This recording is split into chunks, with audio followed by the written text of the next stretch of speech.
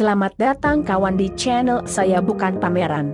Kali ini saya akan membagikan tutorial cara membuat tulisan pada pesan WhatsApp menjadi berbagai macam karakter atau jenis hurufnya, seperti huruf cetak, miring, tebal, coret, tengah, kuno, dan warna biru yang menarik dan keren. Oke kawan, langsung saja ke tutorialnya.